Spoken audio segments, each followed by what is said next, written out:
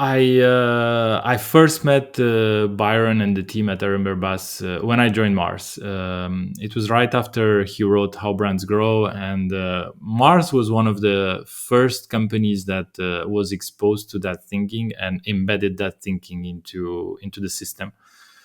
And I think that Mars is where it is today in terms of marketing communications, also because of the early adoption of his thinking of the evidence-based marketing thinking.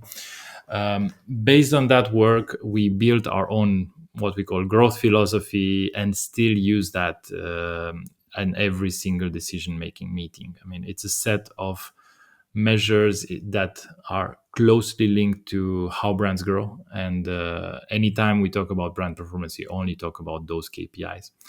That makes us very sharp, very focused, and no pun intended here with the sharpness. But um, we also, I mean, we also have access to a lot of data, maybe much more data than Ehrenberg-Bass probably has access inside our verticals. And the best way we enable the embedment of that philosophy into the organization was to use our data and to prove those rules or those laws, I would say, of marketing using Mars data. And they sort of work. It's sort of true, and it's been with us for that amount of time. We've recently done a big revision of how brands grow in today's world, because we thought that the environment has changed so much. There are so many new opportunities for brands to penetrate the market. If you are in grocery, in predominantly in a retail environment, if you're a large brand with an established model, those principles are still true.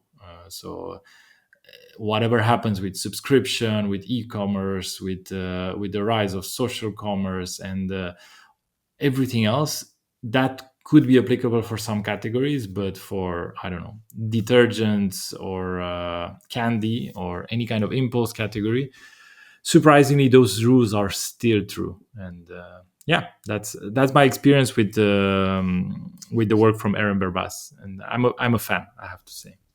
And do you have a soft spot for Mark Ritson as well? I think very highly of Mark. I mean, I Mark actually was my first ever marketing professor, because I've never studied marketing. I've only done engineering, as I said, and just before COVID, I decided to join the mini MBA in marketing, the program that he's running, and it's a fantastic program. I highly recommend it, and that's what I say, that he was my only marketing professor. But yeah, I enjoy listening to him. I enjoy engaging with him as much. To find out what kind of data storyteller you are, why not take our data storytelling scorecard? It takes just 2 minutes to complete and will give you a personalized report right away. Visit data-storytelling.scoreapp.com or follow the link in the show notes.